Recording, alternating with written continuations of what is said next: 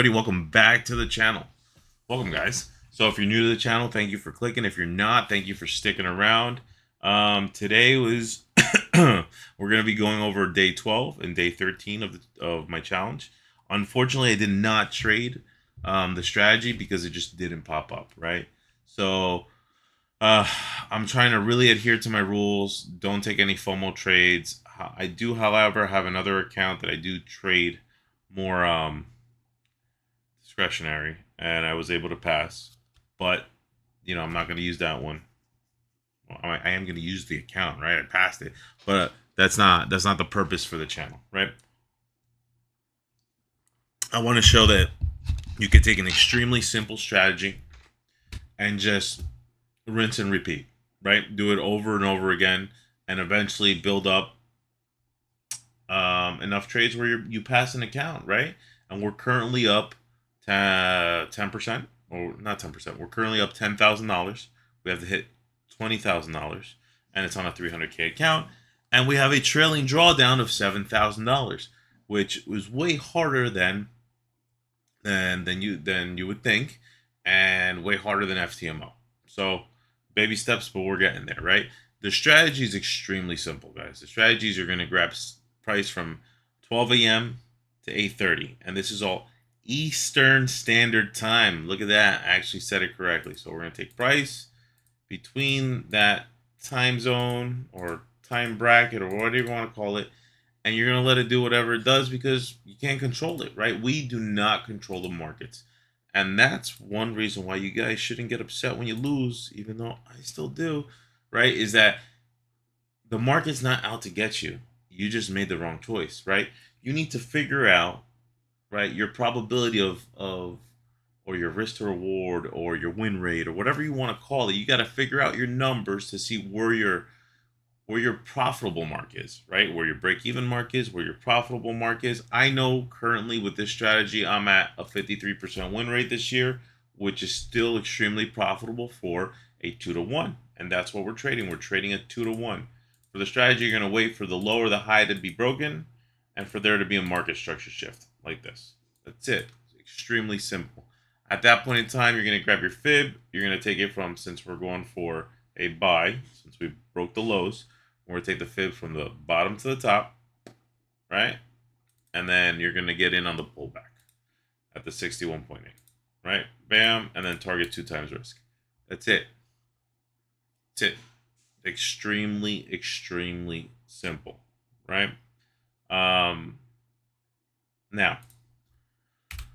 unfortunately, the setup just did not pop up. It didn't pop up today or yesterday. Maybe it was because of news, market manipulation, but it really hasn't been popping up that much this year. Last year, however, was already up somewhere around $55,000 around this time, trading $1,000 worth of risk with $2,000 worth of take profit, and right now I'm only at $30,000. So there's definitely a difference. Now, this is Tuesday's price action. As you can see, here is the high, here is the low. We took out the low first, so at this point, I would have liked to see something like this happen, but we didn't get that. It just pulled right back up and targeted the highs. And then after the highs, I would have wanted to see something like this happen, but we didn't get that either, right? As you can see, since we're waiting for a market structure shift on the 5-minute, right? You want a candle closure below the low that takes out liquidity. So, for example, where's my little line thing? Here you go. This is the low that took out this liquidity here, but okay, I'm sorry. This was the line. So here you go. This is the low that took out these highs, right?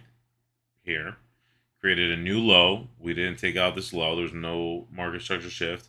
That created the high that took out this liquidity here. And then again, you see the prices does not break below those lows. Now, it doesn't mean that you couldn't have taken this trade and made some money. You definitely could have, right? Let's say that you're like, screw it, I'm not going to stick to the strategy 100%. It's It's not what I'm trying to do, but let's just say that you didn't want to, right? You would have gotten close to your stop loss, but you would have definitely at least made like a one to something, right? Let's see. What would you made here? Short. And this is where you guys have to do your own due diligence, right? And maybe play around with the strategy. What works for me might not work for you. 1 to 1.25. So maybe it would have been a break even trade. And let's say that you didn't even get in on that trade, but you got in on this trade. Because remember, we took out these highs, even though we didn't take out those lows. Let's say that you FOMO'd into the trade anyways. You're like, God damn it, I'm going to miss out on this trade, but I want to take it. And same thing goes here, right? You take a short to 61.8. You cover your stop loss. And you would have gotten a what? 1 to 1.3, right? Another break-even trade. Maybe you took a partial out of 1 to 1. Who knows? But unfortunately for me, I didn't have a trade, right? Not today. Now, I mean, not yesterday. Now, today, news again, completely destroy the highs, right? Completely bullish. Now, I wanted to see, again, something like this. We didn't get that. We never took out this high and created a market structure shift. If this would have come up here and then done this, that would have been great, but it didn't happen, right? So unfortunately, I had no trade. And then over here, it's too late in the day to even take this trade. 4 o'clock, yeah, no, I'm done. So for our specific strategy, didn't take any trades today.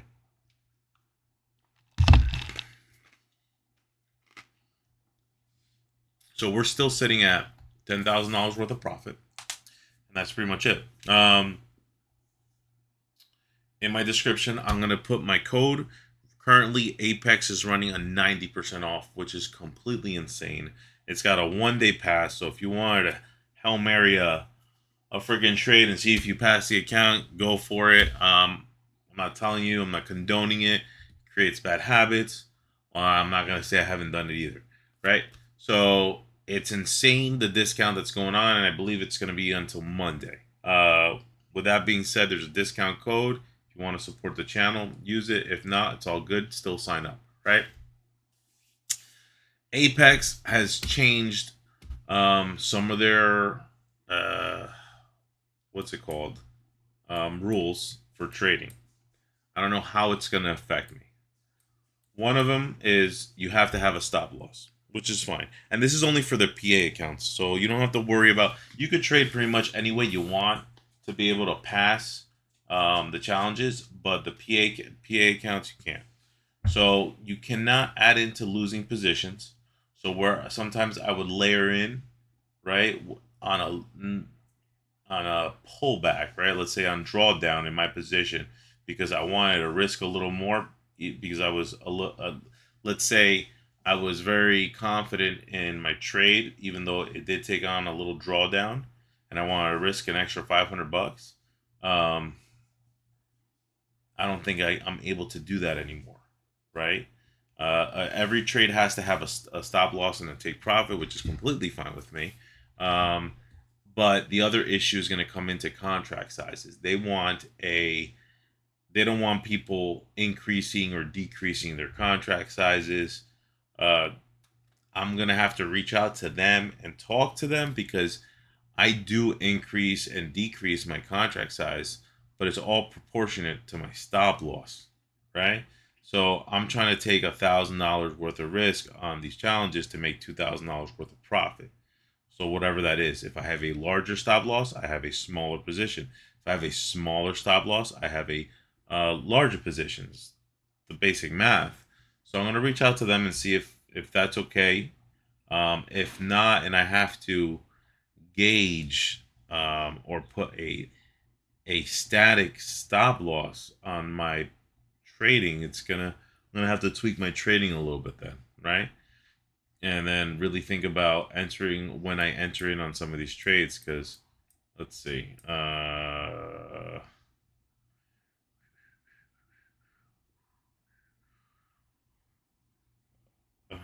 trying to use one as an example. What day did we have a trade that actually hit?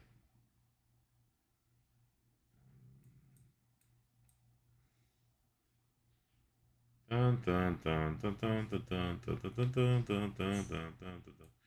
So let's use this as an example, right? I would get in here, right? And this is actually the trade that I layered into and then got out early for a profit, thank God. Um, but here's my entry, and my stop loss is 40 points. So now I gotta really think of, okay, maybe my stop is too big, right? Like I know sometimes I have a very big stop, but it's just how I back tested the strategy last year, and I was extremely profitable with it.